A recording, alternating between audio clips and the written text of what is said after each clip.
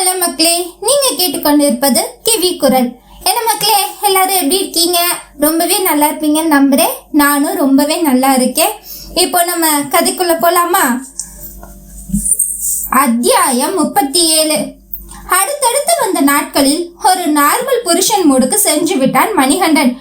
காலையில் எழுந்ததும் குளித்து கிளம்பி அத்தனை வேலையும் பவளக்கொடியை வாங்கிவிட்டு தன்னுடைய வேலைக்கு கிளம்புவது.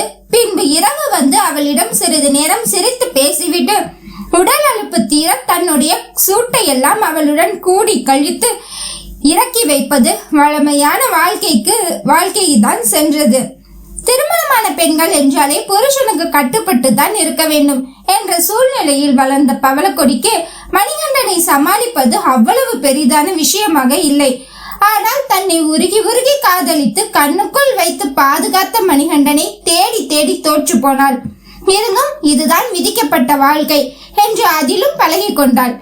இதில் இடையிடையே மாறனை பற்றி கேட்கும் பொழுதெல்லாம் ஆரம்பத்தில் பொறுமையாக பதில் அளித்து வந்தவன் பின்பு முகத்தை காட்ட ஆரம்பித்தான். அதனாலே மாறனை பற்றி பேச்சு எடுப்பதையே நிப்பாட்டி விட்டாள்.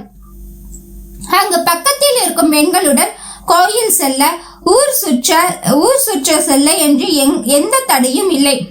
அதனால் அவள் சிறிது சந்தோஷமாகத்தான் பிரசவ காலத்தை எதிர்கொண்டாள். 9ஆம் மாதம் வீட்டோடு வைத்து வளைகாப்பு செய்திருந்தான். வளைகாப்பு முடிந்த 2 நாட்களில் பவளக்கொடிக்கு பிரசவ வலி எடுக்க இவனோ எங்கு சென்றான் என்று தெரியாத நிலையில் அங்கிருக்கும் பெண்ணை கூட்டிக் கொண்டு மாதம் செக்கப் என்று இவன் அழைத்து செல்லும் தனியார் மருத்துவமனைக்கு சென்றார்கள். இவங்க ஹஸ்பண்ட் வரலையா? ஏன் டாக்டர்? பொண்ணு ரொம்ப சின்ன பொண்ணுமா, எலும்பெல்லாம் ரொம்பவே பலவீனமா தான் இருக்கும். அது போக ட்வின்ஸ் வேறமா, நாளைக்கு ஏதாவது ஒண்ணு கிடக்க ஒண்ணு ஆயிடுச்சுன்னா எங்களை வந்து நீங்க கேள்வி கேட்க கூடாதுல. ஹஸ்பண்ட் கிட்ட ஃபர்தரா சைன் வாங்காம எங்களால எப்படி அனுமதிக்க முடியும்? டாக்டர் நல்லா இருப்பீங்க, நீங்க வழியில துடிக்கிறாங்க, அவங்களுக்கு என்னன்னு பாருங்க. அந்த அண்ணனுக்கு போன் போட்டிருக்கோம், போன் எடுக்க மாட்டேங்கிறாரு. அவர் வேலையாத்தான் இருக்கிறாரு, அவர் கட்சியில இருக்கிறவரு, உங்களுக்கே தெரியும்ல. நான் அந்த கையெழுத்து போட்டு தரேன், எந்த பிரச்சனையும் உங்களை பண்ண மாட்டோம். தயவு செஞ்சு அந்த 3 உசுரையும் காப்பாத்தி கொடுங்க. பவளக்கொடியுடன் வந்திருக்கும் ஒரு நடுத்தர வயது பெண் மருத்துவரின் கையை பிடித்து கொண்டு கண்ணீர் மல்க கெஞ்ச அவருக்கும் வேற வழியே இல்லாமல் வழியில் துடிக்கும் பவளக்கொடியிடம் ஒரு கையெழுத்து வாங்கி கொண்டு கூட்டி வந்திருக்கும் அந்த பெண்ணிடமும் ஒரு கையெழுத்து வாங்கி கொண்டு பவளக்கொடியை பிரசவ அறைக்குள் அழைத்து சென்றார்கள். டாக்டர், இந்த பொண்ணு இவ்ளோ கஷ்டப்படுதே, பேசாம சிசேரியன் பண்ணிடலாமா? நோ நர்ஸ், அந்த பொண்ணு குறுக்கெலும்பு அழகா விரிஞ்சு கொடுத்துருக்கு. அதை விட அந்த பொண்ணு தைரியமா முயற்சி பண்ணுது. நம்மளே அதை டிஸ்கரேஜ் பண்ண கூடாது. சின்ன பொண்ணா இருக்கிறா, இப்பவே ஆபரேஷன் பண்ணி முதுகுல ஊசி குத்தி அவளை இடுப்பு வலியிலையும் முதுகு வலியிலையும் காலம் ஃபுல்லா கஷ்டப்பட வைக்க வேண்டாம். முடிஞ்ச அளவுக்கு நம்ம நார்மல் டெலிவரியிலேயே கொண்டு போவோம். பிரசவ அறையில் மருத்துவர் பக்குவமாக எடுத்து கூறியவர் பவளக்கொடியிடம் திரும்பி, இங்க பாருமா, நீ ரொம்ப தைரியமா நல்லாவே புஷ் பண்ற.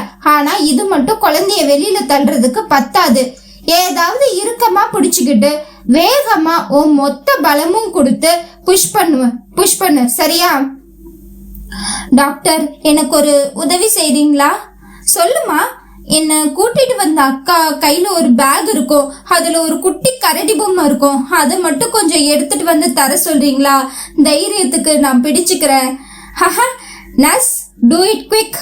அங்கிருந்து வேகமாக சென்ற நர்ஸ் பவளக்கொடி கூறியது போல அவள் கேட்ட கரடி பொம்மையை எடுத்து வந்து பவளக்கொடியிடம் நீட்ட அதை வாங்கி தன் நெஞ்சோடு அணைத்து கொண்டவள், எனக்கு பயமா இருக்குமாரா என்று அவன் நினைவாக வைத்திருக்கும் பொம்மையை அழுத்தி பிடித்து முந்தி தள்ளி மகள் வந்து குதித்தாள். சூப்பர்மா, அடுத்த பேபி தலை தெரியுது, கமான் புஷ் புஷ். மாறா, பெண் சிங்கம் போல உரும மகனும் வந்து விழுந்தான். அந்த பொம்மையை கட்டி பிடித்து கொண்டு அசதியில் மயங்கி போனாள் பவளக்கொடி. நர்ஸ், அவங்களுக்கு கிளீன் பண்ணி விட்டுட்டு நார்மல் வார்டுக்கு ஷிஃப்ட் பண்ணுங்க. நர்ஸ், என்ன பண்றீங்க? நோ, அந்த பொம்மையை எடுக்க வேண்டாம், அவங்க அப்படியே கையிலேயே வச்சிருக்கட்டும். நீங்க ஃபர்தரா கிளீன் மட்டும் பண்ணுங்க. கையில் பொம்மையை இறுக்கி பிடித்து கொண்டே மயக்கமான பவளக்கொடியின் கையில் இருந்த அந்த பொம்மையை கடினப்பட்டு பிடுங்க முயற்சி செய்து கொண்டிருந்த நர்ஸிடம் தான் டாக்டர் கூறினார், முக்கியமான பாதுகாப்பு வேலையில் இருந்த மணிகண்டன் அப்பொழுதுதான் தன் கைபேசியை எடுத்து பார்த்து அதில் ஏகப்பட்ட அழைப்புகள் தன் அண்டை வீட்டாரிடமிருந்து வந்திருப்பதை உணர்ந்தவன் வேகமாக கடைசியாக வந்த அழைப்புக்கு அழைத்து பேச, ஹலோ மணிகண்டா, எத்தனை தடவை போன் பண்றது? உன் பொண்டாட்டிக்கு பிரசவ வலி வந்துருச்சுப்பா. ஐயோ, என்னாச்சுக்கா? அவ எப்படி இருக்கா? இப்போ போனை கொடுங்கக்கா, அவகிட்ட நான் கொஞ்சம் பேசிக்கிறேன். நீ வர வரைக்கும் பிரசவ வலி காத்தேவா இருக்கும்.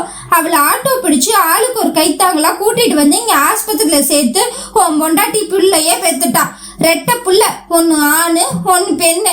பிள்ளைக்கு பேர் வைக்கங்குள்ள, சீக்கிரம் ஓடியா, அவ ஒன்னத்தான் தேடுறா என்று சிரித்து கொண்டே கூற, அப்போ ஆபத்து நிலை இல்லை என்று தெரிந்ததும் இவனுக்கோ இறக்கை இல்லாமல் வானில் பறக்கும் உணர்வு. முதல் பவளக்கொடியை எப்படி மாரணி விடுத்து நீதான் முக்கியம் என்று சொன்னாலோ அப்போ இருந்த மனநிலையை காட்டிலும் இப்போது 100 மடங்கு சாதித்த உணர்வு. தன் ஆண்மை வென்ற கர்வம் தோன்ற முறுக்க மீசையை மேலும் முறுக்கி கொண்டான். அதற்கு மேல் ஒரு நிமிடம் கூட அங்கு நிற்காமல் ஓடி வந்து விட்டான் மருத்துவமனைக்கு. மாறன் சார் மாறன், உங்களைத்தான். நர்ஸ் மணிகண்டன் பின்னாடியே மாறன் என்று கத்திக்கொண்டு வர இவன் எதர்ச்சியாக திரும்பி பார்த்து, என்னையவா என்று கேட்டான். ஆமா, உங்களைத்தான் சார், நீங்க தானே மாறன்? ஆமா, உங்களுக்கு எப்படி தெரியும் என் பேரு?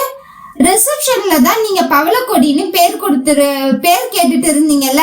இந்த ஹாஸ்பிட்டல்ல பவளக்கொடிங்கிற பேர்ல உங்க பேஷண்ட் உங்க பொண்டாட்டி மட்டும்தான். இல்ல நர்ஸ், நான் அதை கேட்கல.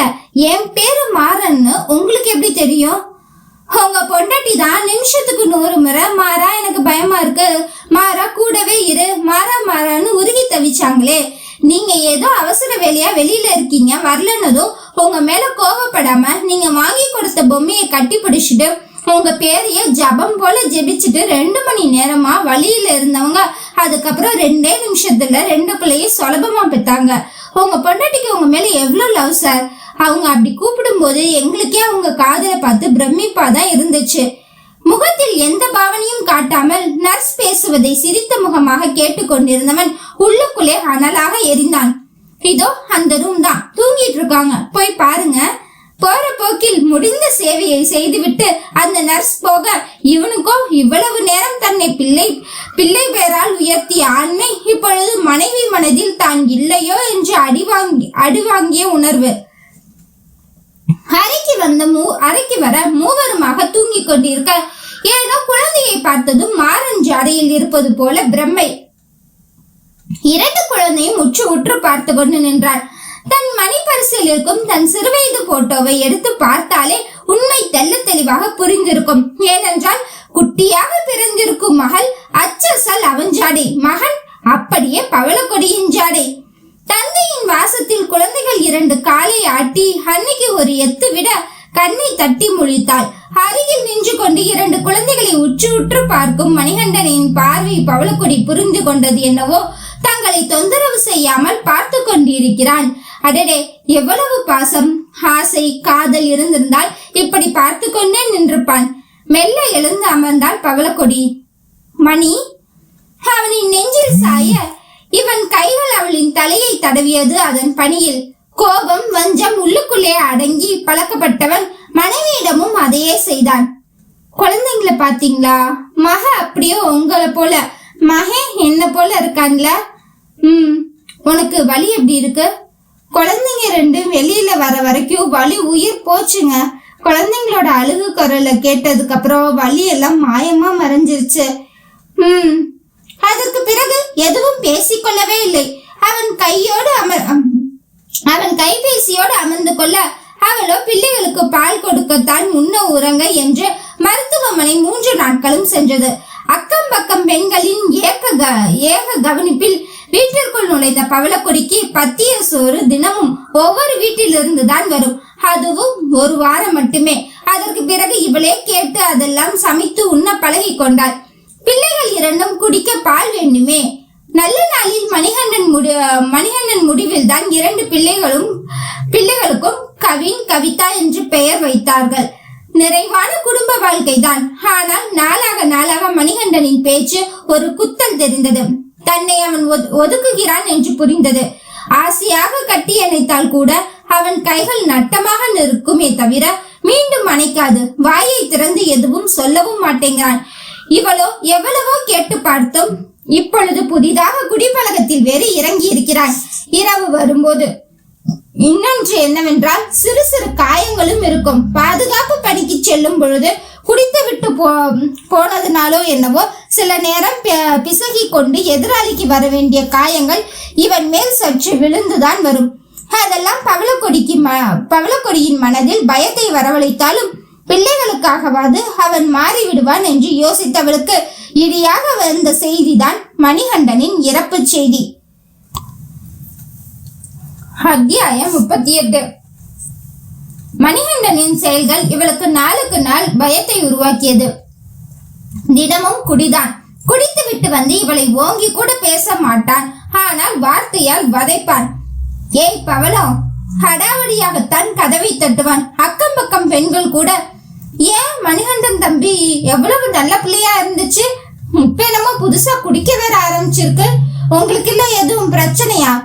பொதுவாக குடிப்பழக்கமே இல்லாத பசங்க திடீர்னு குடிக்க ஆரம்பிச்சாங்கன்னா வீட்டுல பொண்டாட்டி சரியில்லைன்னு தான் அர்த்தம். பாத்துக்க கண்ணு, வாழ்க்கையை விட்டுறாத.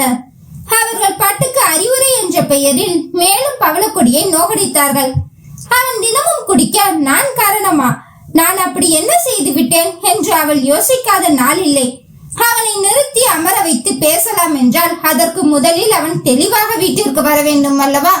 மித்தமும் முழு போதையில் வந்தால் அவனிடம் எப்படி பேச முடியும்? சலித்துக் கொண்டே 2 குழந்தைகளையும் மெத்தையில் படுக்க போட்டு விட்டு வந்து கதவை திறந்தாள். என்ன, உள்ள யாரையோ கொஞ்சி பேசிக்கிட்டு இருக்க சத்தம் கேட்டுச்சு. மாறன் வந்தானா? பவளக்கொடிக்கு அதிர்ச்சி எல்லாம் இல்லை. முதல் நாள் குடித்து விட்டு வந்து கேட்ட அதே கேள்வி தினமும் கேட்டு கேட்டு அவளுக்கு பழகியே போனது. குழந்தைங்க கூட பேசிக்கிட்டு இருந்தேன், குழந்தைங்களை தான் கொஞ்சிட்டு இருந்தேன், இப்பதான் தூங்க வச்சேன், உள்ளவா. பவளம் சொல்லு. பவளம், உன்னை தொலைச்சிட்டு வேணும்னு பயமா இருக்குடி. பவளக்கொடி சேலை முந்தானியை பிடித்து கொண்டு பேச இவளுக்கோ பாவமாகி போனது. ஏன் இப்படி எல்லாம் பேசுறீங்க? நீ ஏன் இவ்வளவு அழகா பிறந்த? இப்போ இடுப்பில் கை வைத்து மணிகண்டனை முறைத்தவள், சாப்பிடுறீங்களா? இல்ல வேண்டாம், சாப்பிட்டுட்டு சாப்பிட்டேன் என்று பல்லிழித்தான். சரி என்பது போல் தலையை ஆட்டி அறைக்கு சென்றவளை இழுத்து புதிதாக வாங்கி போட்ட சோபாவில் கிடத்தினான். பவளா, தங்கம்மா, சொல்லு. இப்பெல்லாம் நீ ஏன் அத்தானே கூப்பிடுறது இல்ல? ஏன் மாறன் கூப்பிடக்கூடாதுன்னு சொல்லிட்டானா? 80 கிலோவில் எருமை மாடாக தன் மேல் விழுந்து மொத்த எடையையும் தன் மேல் வைத்து அமுக்கிக் கொண்டு வம்பு பண்ணும் புருஷனை பல்லை கடித்து முறைக்க மட்டுமே முடிந்தது. ஆனால் அவன் கேட்ட கேள்வியில் யோசனையும் வந்தது. ஆமாம், நான் மணிகண்டனை அத்தான் என்று அழைப்பதை நிப்பாட்டி வெகு நாட்கள் ஆகிறது. எதனால்? கடைசியாக ஊரை விட்டு வரும் முன் மாறனிடம் மணியை அத்தான் என்று கூறியதற்கு தன்னை சத்தம் போட்டான். அதிலிருந்து நான் இவனை அத்தான் என்று அழைப்பதில்லையோ? தீவிரமாக இவள் யோசிக்க, இவளின் யோசனையை கலைக்க மணிகண்டன் அவள் இதழ்களை கவ்விக்கொண்டான். குடித்து விட்டு வந்தால் இவள் அருகிலேயே சேர்க்க மாட்டாள். இவன் குடிப்பதும் தற்போது அதிகமாகியதால் இருவருக்குமே கட்டிலில் காதல் செய்ய விருப்பமில்லை. இன்று என்னவோ தன்னை மீறி அவளிடம் நெருங்க கணவனின் மதுநடி தன் நாசியை தீண்டினாலும் அவன் அருகாமை காதல் கொண்ட மனதை கலைத்தது. அதன் பயன் இதோ அவன் தொடுகையில் பாகாக உருகுகிறாள். நீ அழகிடி, உன்னை எப்படி அவன் பார்க்கலாம்? கோபமா வருது. அவனை ஒண்ணுமே பண்ண முடியலையேடி. 2 பிள்ளைகளும் குடித்து விட்டு மிஞ்சி இருக்கும் அமுதத்தை கணவனுக்கும் ஊட்டினாள். காதல் பவளம், காதல் போதை, கூடவே உள்ளே சென்றிருக்கும் மது போதை, அதை தாண்டி அவளின் தாய்மை போதை எல்லாம் அவனை தன்னிலையை மறக்க வைத்து புலர வைத்திருக்கிறது. அவனா? ஏவன்? கட்டி கொண்டு பவளக்கொடிதான் ஜம்பமாக கேள்வி கேட்பது. அதான் எங்க டீம் கேப்டன். பெரிய மிலிட்டரி டீம். உதட்டை சுழித்தாள் பவளக்கொடி. பார்ப்பது அடியால் வேலை, இதுல பில்டப் வேற. சுளிக்கும் அவள் இதனை சுண்டி விட்டவன் காது மூக்கு வாய் என்று கிடைக்கும் இடமெல்லாம் கடித்து சுவைத்தான். கடிக்காத நாயே, நீதாண்டி நாயி, குட்டி நாயி, என் அழகு நாயி, என் செல்ல நாயி. சரி, ஒன்னு கேட்பேன், பதில் சொல்லு மணி. நீ ஏன் இப்பெல்லாம் ரொம்ப குடிக்கிற? அது அந்த கேப்டன் பண்ணாடுதான். எல்லாரும் டீமா உட்காந்து பாதுகாப்பு பண்ணி அப்ப பணி போறத பத்தி டிஸ்கஸ் பண்ணுவோமா? அப்ப இவனுங்க சும்மா டிஸ்கஸ் பண்ண மாட்டானுங்க, தண்ணிய போட்டுட்டு தான் பண்ணுவானுங்க. நான் எப்பவும் போல கூல் ட்ரிங்க்ஸ் குடிச்சேனா அதுல எனக்கே தெரியாம தண்ணிய மிக்ஸ் ஆக்கி கொடுத்து நான் வேற நம்ம காதல் கதையெல்லாம் உளறிட்டேனா இப்ப அதை வச்சே பிளாக்மெயில் பண்ணி டெய்லி குடிக்க வைக்கிறானுங்க. எனக்கு பிடிக்கவே இல்லடி என்ற சிறுபிள்ளை போல அவள் முந்தானியில் ஒளிந்து கொண்டு ஒரே அழுகையாக இருக்க இவளுக்கோ சிரிப்பு வந்து விட்டது. அதையும் தாண்டி யோசனை, அதனால என்ன, காதல் கதை நமக்கு தெரிஞ்சது தானே, அதை வச்சு உங்களை பிளாக்மெயில் பண்ண என்ன இருக்கு? அத சொன்னா நீ என்ன விட்டுட்டு போயிடுவியான்னு சொல்றான். மாறன் வந்தா நீ அவன் கூட போயிடுவியான். அது மட்டும் இல்லாம அவன் உன்னை சைட் அடிக்கிறான்டி. அதான் இன்னைக்கு கோபத்துல அவனை அடிச்சு வாயை உடைச்சிட்டேன்ல. கிளுக்கி சிரிக்க இவளுக்கு கணவன் நிலை நன்றாக புரிந்தது. ஏண்டா இவ்ளோ கஷ்டப்பட்டுட்டு இங்க இருக்கணுமா? பேசாம நம்ம ஊருக்கே போயிட்டா என்ன? அதான் நமக்கு 2 குழந்தைங்க வேற இருக்குல்ல. இதுக்கு மேல யாரும் நம்மள கண்டுக்கவே மாட்டாங்க, பிரிக்கவும் மாட்டாங்க தானே. ஏண்டி ஏன் மாறனை பார்க்கணுமோ? அவன் இல்லாம இருக்க முடியாதோ என்று அவள் சங்கு கழுத்தை நெரிக்க வழியில் துடித்து அவனிடம் இருந்து விடுபட போராடிய பவளக்கொடியை பார்த்து கையை எடுத்துக்கொண்டவன், ஐயோ சாரிடா தங்கோ, சாரிடி. அவளிடம் மேலும் மேலும் இவன் ஒன்ற கணவனின் பொசசிவ் புரிய அதற்கு மேல் எதுவும் பேசாமல் அவன் கைக்குள் குழைய ஆரம்பித்தாள். நீண்ட நாள் கழித்து இருவரும் சந்தோஷமாக இருந்தார்கள். இடையில் பிள்ளைகள் பாலுக்காக அழுக தன்மேல் பாரம் உணர்ந்தவள் மெல்ல மணிகண்டனை உருட்டி கீழே தள்ள அவன் சரியாக கீழே இருந்த பாய் தலையணியில் விழுந்தான். ஓடி சென்று பிள்ளைகளை தூக்கி கொண்டு வந்தவள் கணவன் அருகே போட்டுக்கொண்டு பால் புகட்ட குடும்பமாக நிம்மதியாக உறங்கியது அன்று இரவு மட்டும்தான். அடுத்த நாள் காலை கோழி கூப்பிடும் சத்தத்தில் பக்கத்தில் கேட்ட வாசல் பெருக்கும் சத்தத்திலும் எழுந்து தன்னை சுத்தப்படுத்தி கொண்டு மணிகண்டனுக்கு பிடித்தது போல திக்காக இஞ்சி தட்டி போட்ட டீயை எடுத்து கொண்டு வந்து அருகில் அமர்ந்து எழுப்பினாள். மணியத்தா கண்ணை தட்டி முழிக்க அவன் கண்கள் மேலே குழந்தையின் பிஞ்சு பாதங்கள் முழித்து பார்த்தவனுக்கு அப்படி ஒரு நிறைவு. தன்னை போலவே உறக்கத்தில் உருளும் மகனை பார்த்து மகள் அப்படியே பவளம் போல ஒரே வாக்கில் படுக்கை. இதற்கெல்லாம் மேலே முதலாக இருவரும் கூடி கழித்த அன்று எப்படி கையில் தேநீரோடு வந்து அருகில் அமர்ந்தாலும் அதே பவளக்கொடியை இத்தனை நாட்கள் கழித்து மீண்டும் பார்ப்பது போன்ற பிரம்மை. இவ்வளவு அழகான விடியலை அவன் வாழ்க்கையில் பார்த்து இருக்க மாட்டான், இனியும் பார்க்க மாட்டான். குட் மார்னிங் பொண்டாட்டி. குட் மார்னிங் அத்தா. ஃப்ரெஷ் ஆகிட்டு வாங்க, உங்களுக்கு பிடிச்ச பூரியும் உருளைக்கிழங்கு மசாலாவும் பருப்பு வடையும் செஞ்சு வச்சிருக்கேன்.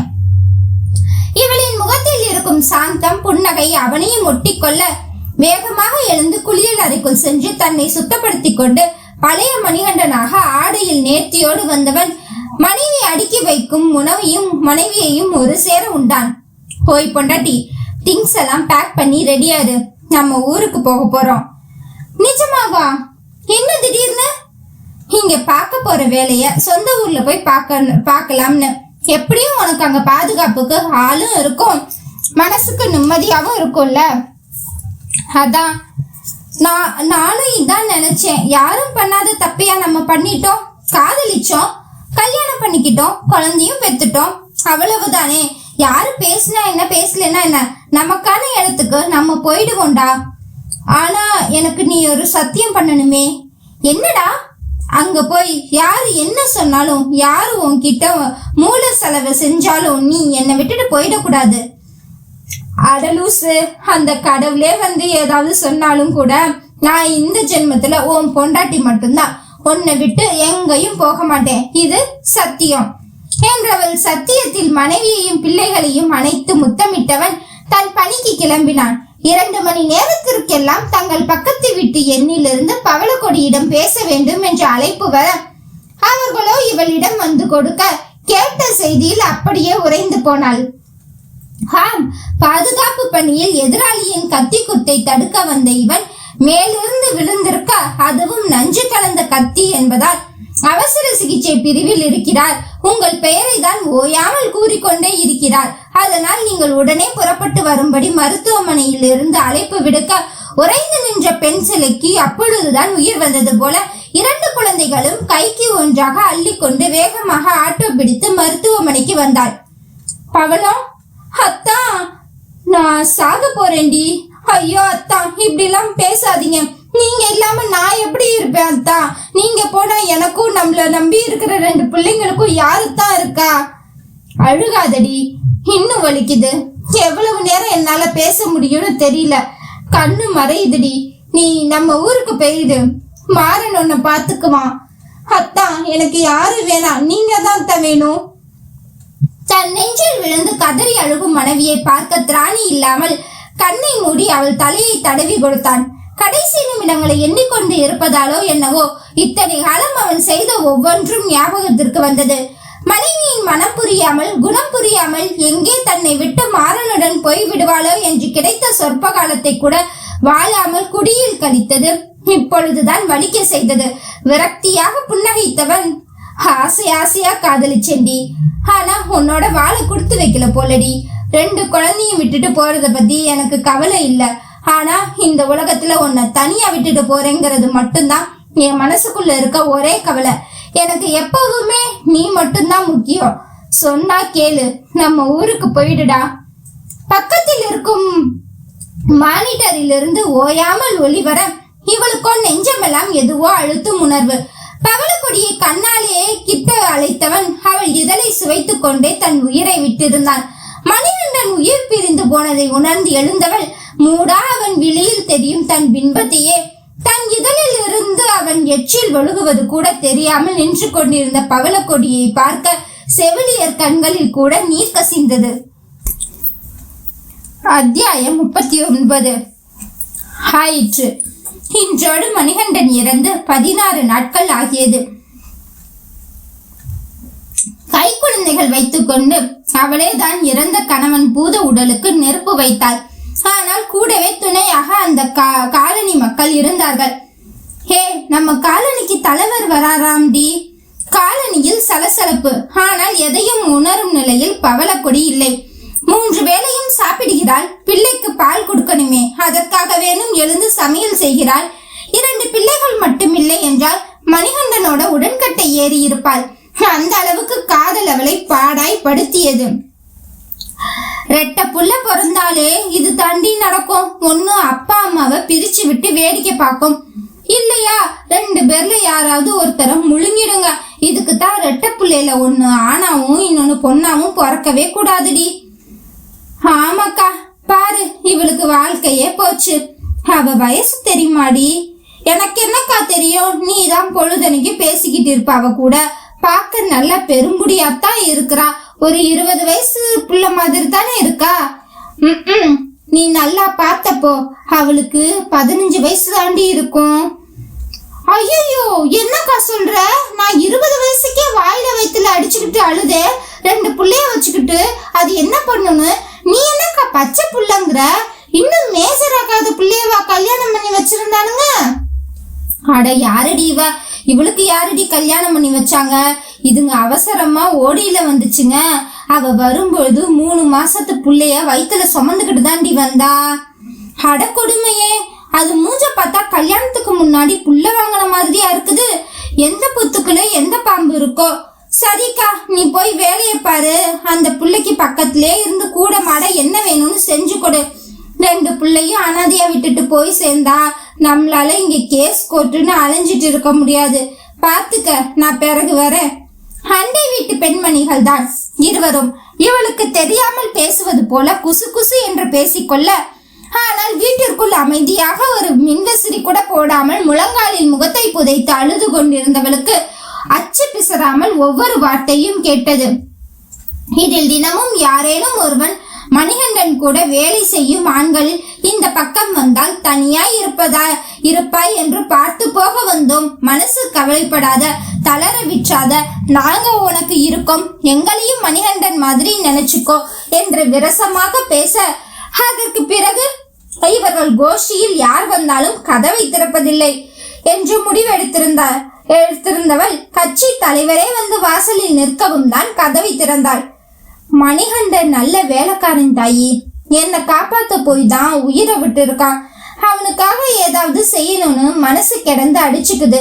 நீ பொட்ட பிள்ளையா போயிட்ட, இல்லனா மணிகண்டன் வேலைய தான் உனக்கு கொடுத்துருப்பேன். பயலுக வேற நீ இன்னும் சரியா படிக்கலன்னு வேற சொன்னானுங்க. உனக்கு என்ன வேலை கொடுக்கறதுன்னு எனக்கு புரியல தாயி. கவர்மெண்ட் டீச்சர்ல சின்ன பிள்ளைங்களை பாத்துக்கிற வேலை கொடுக்கறேன். உன் பிள்ளையும் கூட்டிட்டு போய் வச்சுக்கலாம். அது போக மாசம் உனக்கு ஒரு வருமானமும் ஆச்சு. இத்தனை நாள் அழுது அழுது கரைந்தவளுக்கு அடுத்த வேலை உணவுக்கு என்ன செய்வது? மணிகண்டன் சேர்த்து வைத்த பணம் எல்லாம் கரைந்து விட்டால் என்ற யோசனையே இல்லாமல் தான் இருந்தாள். தலைவர் வந்து பேசும்போதுதான் தனக்கும் வருமானம் தேவை, தன் வயிற்றுப்பாட்டை பார்க்க இனி தான் பார்க்க வேண்டும் என்ற உண்மை சுடவே, நன்றிங்க ஐயா என்றவள் அவர் காலிலேயே விழுந்து விட்டாள். எனக்கு மேலும் ஒரு உதவி வேணும் ஐயா. சொல்லுமா. எனக்கு இந்த ஊர்ல இருக்க பிடிக்கல. அவர் இல்லாம இந்த ஊர்ல என்னால இருக்கவும் முடியாது. நான் எங்க சொந்த ஊருக்கே போகலான்னு இருக்கேன். நீங்க மனசு வந்து எங்க சொந்த ஊர்லயே வேலை போட்டு கொடுத்தீங்கன்னா எனக்குமே அதுதான் தாய் சரின்னு படுது. சிறு வயசு பிள்ளையா இருக்க 2 பிள்ளைய வச்சுக்கிட்டு இங்க கிடந்து ஒண்டியா இருக்கிறதுக்கு ஓ சொந்த ஊருனா திட்டுனாலும் அடிச்சாலும் சாதி சனங்க உன் கூட இருக்குங்க. அதனால நானுமே அதைத்தான் யோசிச்சேன். சரி தாயி, உன் விருப்பம். நான் லெட்டர் எழுதி கொடுக்குறேன். நீ போய் அந்த ஊர் கவர்மெண்ட் ஸ்கூல்ல கொடுத்துட்டு நீ எப்ப முடியுமோ அப்ப சேர்ந்துக்க தாயி என்றவர் கடுதாசி ஒன்றை அவளிடம் நீட்ட கும்பிடு போட்டு வாங்கி கொண்டாள். அன்று இரவே இதை பற்றி கேள்விப்பட்டு மணிகண்டனின் கூட வேலை பார்க்கும் வஞ்சக பிடித்த நாய்கள் சிலர் வந்து இவளின் கதவை தட்டி அழைக்க உயிரை கையில் பிடித்து கொண்டு கதவையே திறக்காமல் பிள்ளைகளை நெஞ்சில் சுமந்து கொண்டு அப்படியே மடங்கி உட்கார்ந்திருந்தவள் விடியற் காலையில் வீட்டை பூட்டி கையில் சாவியை எடுத்துக்கொண்டு தேவையான துணிமணிகளுடன் கிளம்பி ஓடியே விட்டால் தங்கள் சொந்த ஊருக்கு. பேருந்தை விட்டு இறங்கியவள் வேகமாக தான் எப்போதும் போல் தன் குப்பத்தில் இருக்கும் தன் வீட்டை நோக்கி போக தந்தை இறந்து விட்டார் என்ற செய்தி மட்டுமே கிடைத்தது. அழுக தெம்பில்லை. ஓய்ந்து அமர்ந்தவளை பகுதி பிரித்து கொண்டு வந்து வசைபாடினார்கள் இரு தரப்பினரும். அவளின் தந்தை குடித்து குடித்து இறந்ததற்கு அவள் சொல்லாமல் கொள்ளாமல் ஓடி போனதுதான் காரணம் என்று இவள் ஜாதியில் வந்து நேரம் கிடைக்கும் பொழுதெல்லாம் இவளை திட்டிவிட்டு போக மணிகண்டன் தந்தை மணிகண்டனுக்கு வேண்டப்பட்ட இன்னும் சிலர் வந்து என் பிள்ளைய மடக்கி கூட்டிக்கிட்டு போய் இப்படி கொலை செஞ்சு விட்டுட்டியே, இப்போ யார மயக்க இங்க வந்திருக்க என்று அவர்கள் ஒருபுறம் பேச இவளுக்கு அழுகையோ பதில் சொல்லி தன் தரப்பு நியாயத்தை சொல்லவோ வாய்ப்பும் அளிக்கவில்லை. அதில் போக மனதில் தெம்பும் இல்லை. தான் வந்து 1 வாரம் ஆகிறது. ஊருக்குள் சலசலப்பு கேட்கிறது. தன்னை ஏன் இன்னும் மாறன் வந்து பார்க்கவில்லை என்றுதான் குழந்தைகளுடன் அவள் மாறன் வீட்டு முன்பு சென்றது. அப்பொழுதுதான் மாறனின் தந்தை இளங்கோ வாய்க்கு வந்தபடி அவளை பேசி டெல்லிக்கு மாறன் படிக்க சென்றிருக்கிறான், அவன் வாழ்க்கையை பார்க்க விடு, அவனை கெடுக்காதே என்று கூறியது. பிறகு மாறன் இவளை நேசித்தது பற்றி எல்லாமும் கூற மொத்தமாக உடைந்தே போனாள். மாறன் இவளை நேசித்ததை பற்றி இளங்கோ கூறும் பொழுது அப்போ மாறன் கூட தன்னிடம் உண்மையாக இல்லையா, தனக்கென்று யாரும் இல்லையா என்று கதறி அழுகத்தான் தோன்றியது. தலைவர் கொடுத்த கடுதாசியை கொண்டு பள்ளியில் நீட்ட அவர்களும் சத்தமே இல்லாமல் இவளை வேலைக்கு அமர்த்தி கொண்டார்கள்.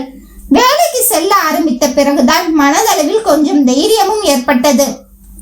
அதையும் இரவுகளில் யாரேனும் வந்து தொலைத்து கொண்டிருந்தார்கள்.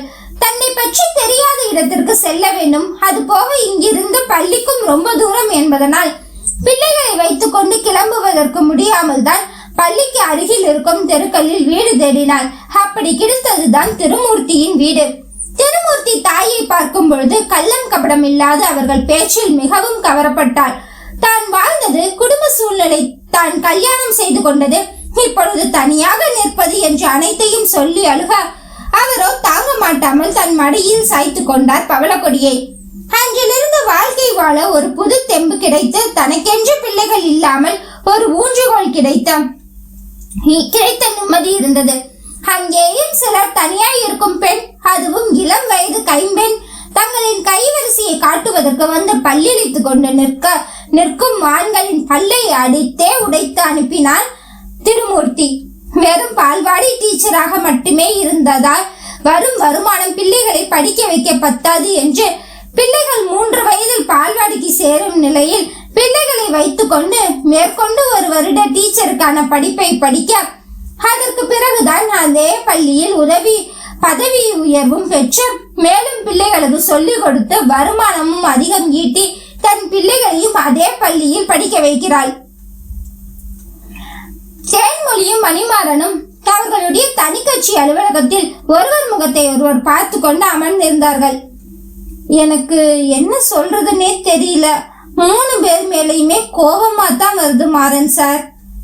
பவளக்கொடி அவள் காதல் வாழ்க்கை கல்யாணம் முடிந்தது என்று அவள் கதையை அவள் கூறி முடிக்க, அவள் கூறி முடித்த அத்தனையும் இவள் மாறன் முன்பு சொல்ல, மாறன் தான் பார்த்தது மணிகண்டன் காதல் இவர்களுக்கான பகுதியை அவன் சொல்ல, இருவர் கதையும் கேட்டவளுக்கு தலையே சுற்றியது. எனக்கும் தான். ஆனா கோபம் மொத்தமும் என் மேலதான். ஆமா, நீங்க அவளை விட்டுருக்க கூடாது, தேடி போயிருக்கணும். அன்னை பெரிய அன்னை வீட்டில் தான் இருக்கிறார், கொஞ்ச நாளில் சமாதானப்படுத்தி விடலாம் என்று அவன் கிளம்பும் பொழுதுதான் இடியாக அன்னை நெஞ்சை பிடித்து கொண்டு மருத்துவமனையில் விழுந்தது. அதற்கு பிறகு இங்கேயே இரு என் கூட என்று கேட்டுக்கொண்டது. காலத்தை கடத்தாமல் படி என்று மேல் படிப்பை தொடர்ந்தது. இதற்கிடையில் ஒரு நண்பனிடம் பவளக்கொடி பற்றி விசாரிக்க, அவன் பவளக்கொடி மணிகண்டன் திருமணம் செய்து கொண்டு சென்னைக்கு சென்று விட்டதாகவும், அவர்களுக்கு 2 அழகான குழந்தைகள் இருக்கிறது, சந்தோஷமாக வாழ்கிறார்கள் என்று முடித்து விடவே, வேறு என்ன செய்ய என்று அன்னையுடன் அன்னை சொல்லும் வரை அங்கே தங்கிவிடலாம் என்று டெல்லியில் இருந்தான். டெல்லியில் ட்ரைனிங் முடித்துவிட்டு இங்கு கவுன்சிலராக பதவி ஏற்று வந்த பின்பும் கூட இருவரை பற்றியும் தேடவோ பேசவோ எதுவும் முயற்சி செய்யவில்லை. சரி, அவர்கள் வாழ்க்கையை அவர்களாவது வாழட்டும் என்றுதான் இருந்தானே தவிர, மணிகண்டன் இறந்தது பற்றி பவளக்கொடி எங்கோ ஒரு மூலையில் 2 பிள்ளைகளை வைத்துக்கொண்டு வேலைக்கு சென்று வருகிறாள் என்பதெல்லாம் தெரியாது. அந்த அரசு பள்ளியில் சுதந்திர தினத்தில் தான் அத்தனை வருடம் கழித்து முதலில் பவளக்கொடியை பார்த்தான். அவளின் கோலம் கண்டு புருவம் சுருக்கியவன் தன் உதவியாளனை அழைத்து விஷயம் சேகரிக்க சொல்ல, பவளக்கொடியின் நிலை கண்டவன் அங்கேயே உயிரோடு சிதைந்து போனான். அத்தியாயம் 40. மாறன் சார், அடுத்து நம்ம பிளான் என்ன? என் கூட நீ எங்க வர? பின்ன நான் வராம முகடக நட்பது போது நிறுத்து என்பது போல் மாறன் கை காட்ட, உங்க பிளானுக்கு ஒரு அணிலானா தெளிவா பேச மாட்டியா? எனக்கு என்ன பிளான்? என்ன சார் இப்படி கேட்டுட்டீங்க? அவளும் மனச மாத்தி உருட்டி நீங்க கல்யாணம் பண்ணிக்க தானே மறுபடி வந்திருக்கீங்க. லூசா நீ? எனக்கு கல்யாணம் ஃபிக்ஸ் ஆயிடுச்சு. ஐயோ, அப்போ என்ன? அப்போ முட்டை பப்ஸ் காலி ஆகிடுச்சுல, கிளம்பு, ஆபீஸ் பூட்டுற நேரம். ரொம்ப தான் சார் என்றவள் அவன் உண்ணாமல் வைத்திருந்த பப்ஸையும் எடுத்துக்கொண்டு வெளியே கிளம்பி ஓடினாள் தேன்மொழி. போகும் அவளை பார்த்து தலையில் அடித்து கொண்ட மாறன் யோசனையாக பின்னே செல்ல, அவளோ இருட்டிய வானத்தை பார்ப்பதும் ரோட்டில் குறைத்து கொண்டிருக்கும் நாய்களை பார்ப்பதுமாக இருக்க, இவ்வளவு நேரம் வெட்டி கதை பேசினதுக்கு தெரு நாய்களை பிடிச்சிட்டு போக சொல்லி மனு கொடுத்திருக்கலாம். யோசிச்சிருக்கியோ? ஆமா சார்.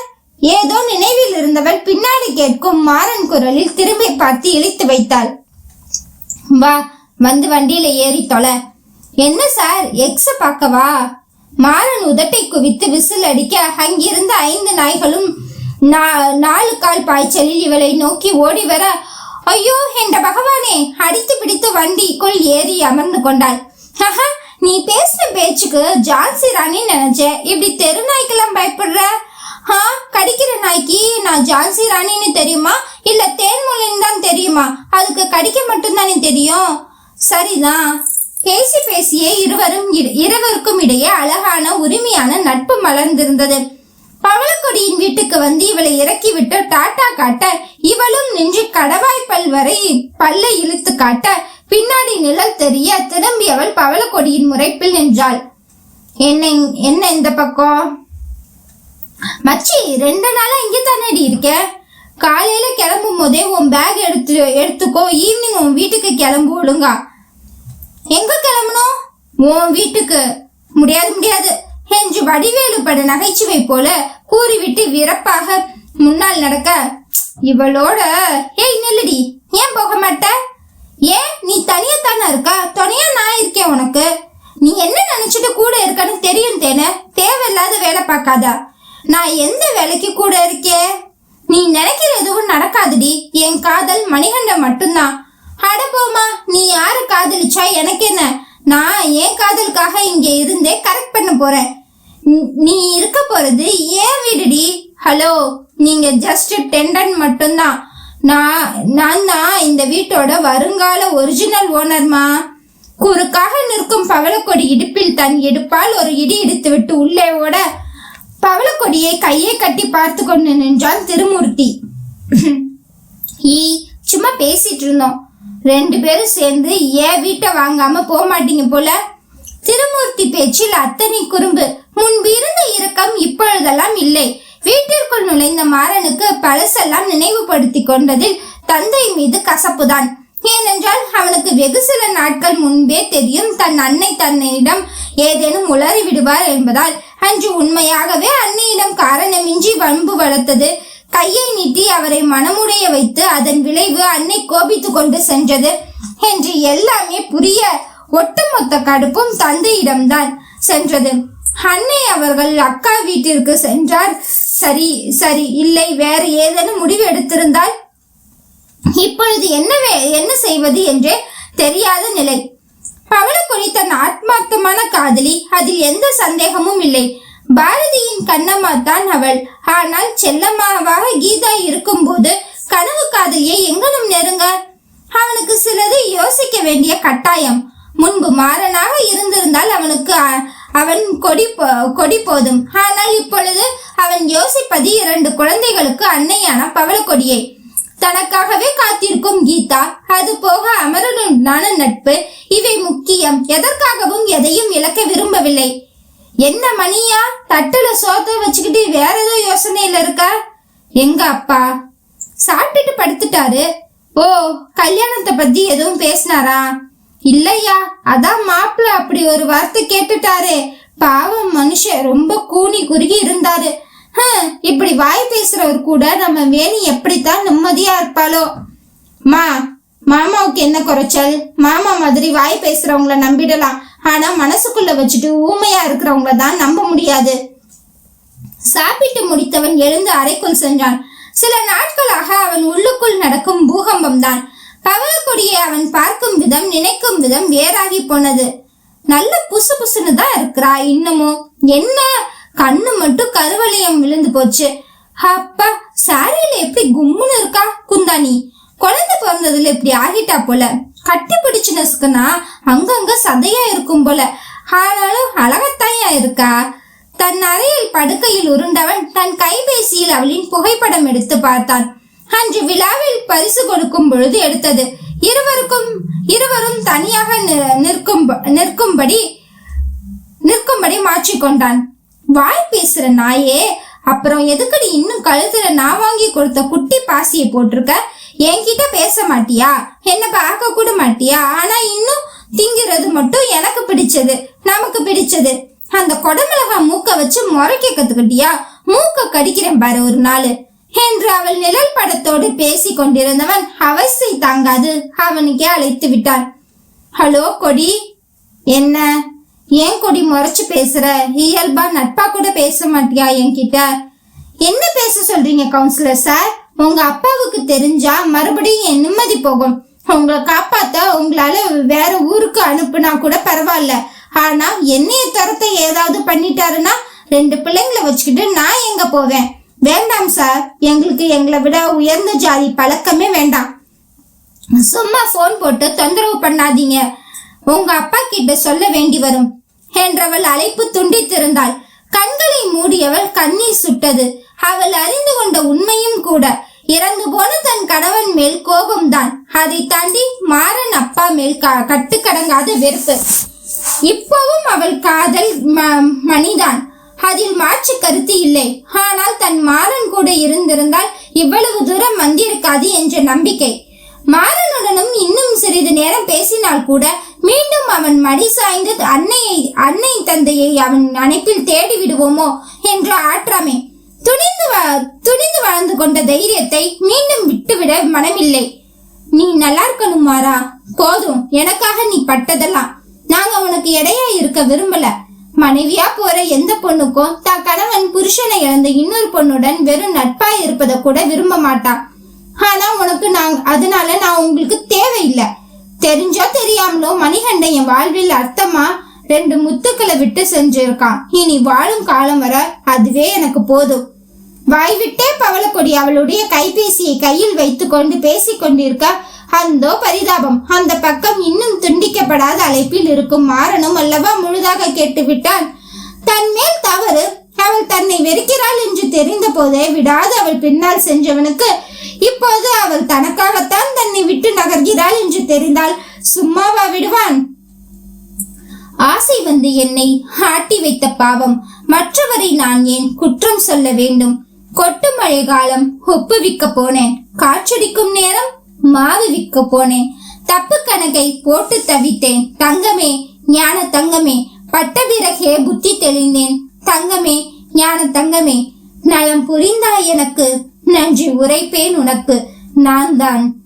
இருவரின் மனநிலைக்கும் ஏற்ப ஒரே பாடலை தான் கேட்டுக்கொண்டிருந்தார்கள் ஆண்ட்ராய்டு கைபேசி மூலம். இப்பொழுதெல்லாம் ரேடியோ பெட்டி தேவைப்படுவதில்லை. இந்த பாடல் இருவரின் முட்டாள்தனத்திற்குமே எடுத்துரைப்பதாக இருந்தது. வயது வேகத்தில் காதல் வந்தால் பெற்றோர்களிடம் கூறாமல் மறைப்போம் சரி. ஆனால் தனக்கு அனைத்துமாக இருக்கும் மாறனிடம் கூறாமல் விட்டது யார் தவறு? நன்றாக விவரமான பையன் மாறன். அப்படி இருந்தும் தன்னை சுற்றி போடப்பட்டிருந்த மாய வலைக்குள் தானாக சென்று சிக்கிக் கொண்டது யார் தவறு? ஒன்று மட்டும் மாறனுக்கு நன்றாக புரிந்தது. முதலில் இருந்து ஆரம்பிக்க வேண்டும் என்று. அடுத்த நாள் காலை காக்கைகளின் கரைகளில் பொழுது அழகாக விடிந்தது. மாறனுக்கு மட்டும் இந்த காலை இன்னும் இன்பத்தை தந்தது. குளித்து வந்தவன் இடுப்பில் கட்டிய துண்டோடு தன் 6 அடி உடலை பார்த்தான். காதுக்குள் அவன் ஜெகன்மோகினி குரல். மாறா, நீ பெரிய அரசியல் தலைவர் ஆனதும் நான் சொல்ற மாதிரி தான் ட்ரெஸ் பண்ணணும். எப்படி இருந்தா என் கொடிக்கு பிடிக்குமோ அப்படியே பண்ணிடுறேன், சொல்லு. கதறுல வெள்ளை வேஷ்டி வெள்ளை சட்டை போட்டுக்கிட்டு நம்ம சரத்குமார் மாதிரி தலையை தூக்கி சீவிக்கிட்டு ஒரு கையில வெள்ளி காப்பு ஒரு கையில வாட்ச் போட்டுட்டு கட்டையான மீசைய முறுக்கி நீ நடந்து வந்தா நாள் பூரா பாக்கலாண்டா. நீ பாக்கணும்னா கண்டிப்பா செய்வேண்டி என் கொடமிளகா. கூறி அவள் மூக்கை கிள்ளிய ஞாபகம் வரேண்டி உன்னை பார்க்க வைக்க. என்ன பார்த்ததுக்கு அப்புறம் உன் கோவத்தை பிடிச்சு வைடி பாப்போம் என்றவன் படுகுஷியாக படியில் இறங்கி வந்தான்.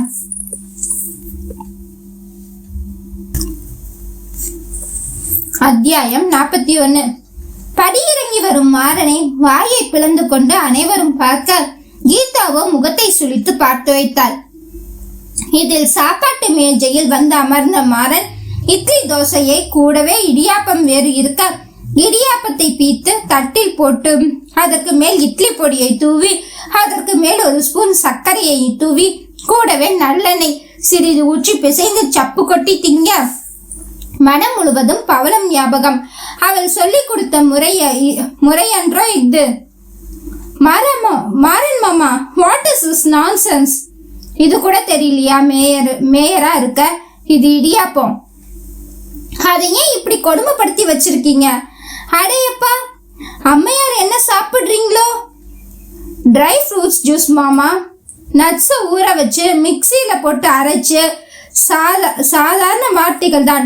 ஆனால் இவள் கூறியது போல அருவருப்பான பாவனையுடன் மாறன் கூற இவள் முகத்தை திருப்பிக் கொண்டாள்.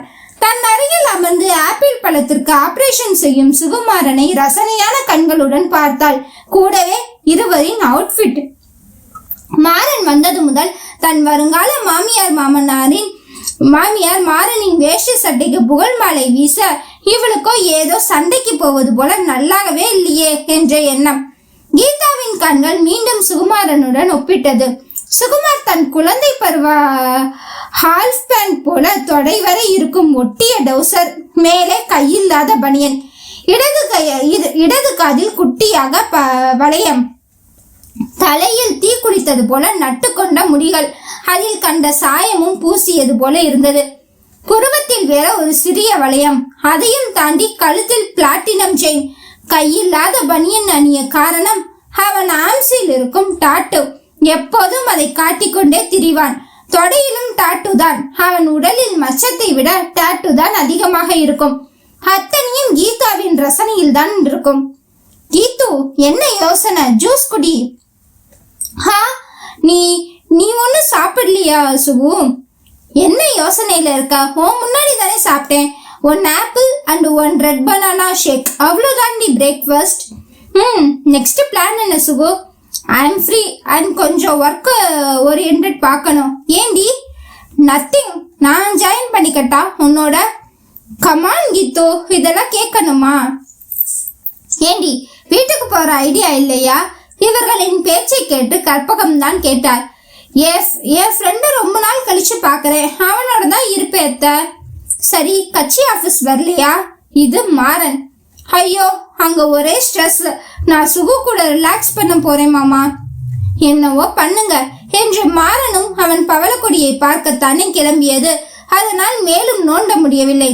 கீதா உண்டு எழுந்து சுகுமாரனின் தோலை தொங்கிக் கொண்டே அவனோடு அறைக்குள் செல்ல, தன் தட்டில் வைத்திருந்த 2 இட்லியை அளந்து கொண்டு இருந்த இளங்கோ யோசனையாக அறைக்குள் செல்லும் இருவரையும் தனக்குத்தானே சிரித்துக் கொண்டு டிரைவரிடம் வேண்டாம் என்று கண்ணை காட்டிவிட்டு வண்டியில் ஏறும் மாறனையும் பார்த்தார். என்னங்க சாப்பிடாம இருக்கீங்க? பசி இல்ல கற்பகம். என்னாச்சுங்க? உடம்பு ஏதும் பண்ணுதா? இந்த மாசம் ஆஸ்பத்திரி போயிட்டு வந்துட்டோம்ல, மருந்து மாத்திரை எல்லாம் சரியா தானே போடுறீங்க? அதெல்லாம் ஒண்ணும் இல்ல, வேற யோசனை தான். உங்களை பத்தி எனக்கு தெரியாதா? மாறன நினைச்சு தானே.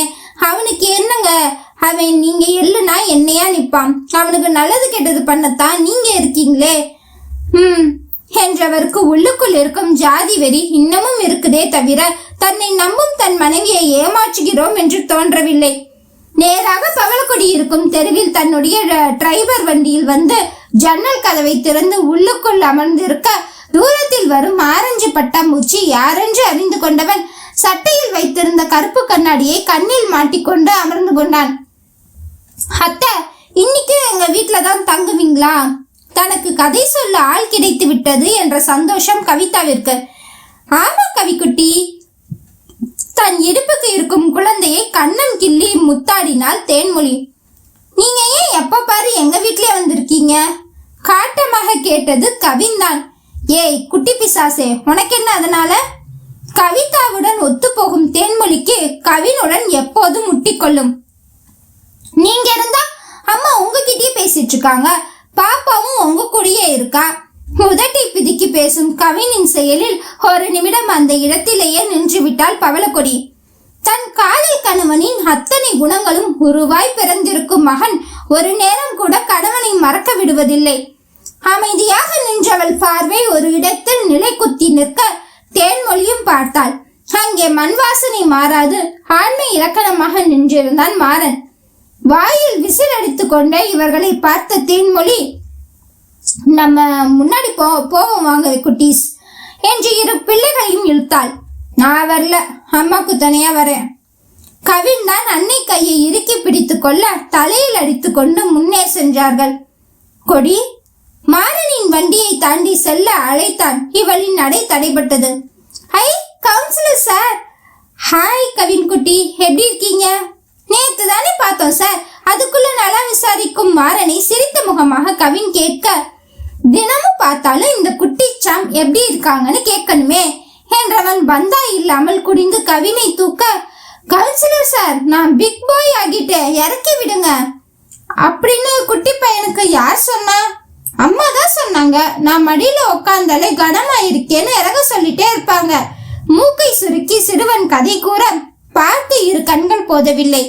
அப்படியா? சரி குட்டி, நம்ம வண்டியில போவோமா? நோ, மார்னிங் வாக்கிங் உடம்புக்கு ஹெல்த்தின்னு அம்மா சொல்லியிருக்காங்க.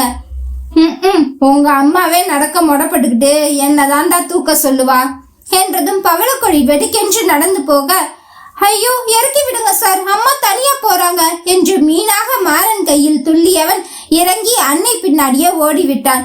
இங்கு வீட்டிற்குள் சுகுமாரன் அறைக்குள் அவனின் கை கோர்த்து உள்ளே வந்தவள் அவனின் பின்கழுது டாட்டூவை பார்த்து, ஹே எப்படா போட்ட இந்த டாட்டூ? அவன் ஓர கழுத்தை தடவி அதன் மேல் எழுதியிருந்த டிசைனர் எழுத்து அலை, அதற்கு மேலும் கீழும் ஏதோ பூ போல வரைந்து இழுத்திருக்க கீதாவின் மெனிக்கூர் செய்து மினுமினுக்கும் விரல்களால் மெல்ல தடவ குட்டி குட்டி ரோமங்களும் சிலிர்த்தடங்கியது சுகுமாரனுக்கு. கழுத்துல போய் போட்டிருக்க, வலி இல்லையா? இப்படி நீ தடவி விடுவனா தொண்டைக்குழியில கூட டாட்டு போட்டிருப்ப. மெல்லமாக முணங்கினான். டேய் ஒன்னத்தான். இல்லடி, பிடிச்ச விஷயம் காயம் கொடுத்தாலும் வலி கொடுக்காது, வெறுக்கவும் முடியாது. சுகுமாரன் 2 பொருள் பட பேச இவளுக்கு அவனின் டாட்டூ மீதான காதல் புரிந்ததை தவிர தன் மீதான அவனின் தீவிரம் புரியவில்லை. கீது, அந்த ரெட் பேக் முழுசும் உனக்கு நான் வாங்கின திங்ஸ் தான் இருக்கு, பாரு பிடிச்சிருக்கானு. ஹே எனக்கா என்றவள் தாவி தூக்கி பையை திறக்க இவள் உபயோகப்படுத்தும் லிப்ஸ்டிக் விலை உயர்ந்தது. மேக்கப் பொருட்கள், ஆங்கில புத்தகங்கள், சில இவள் கேட்டது அனைத்தையும்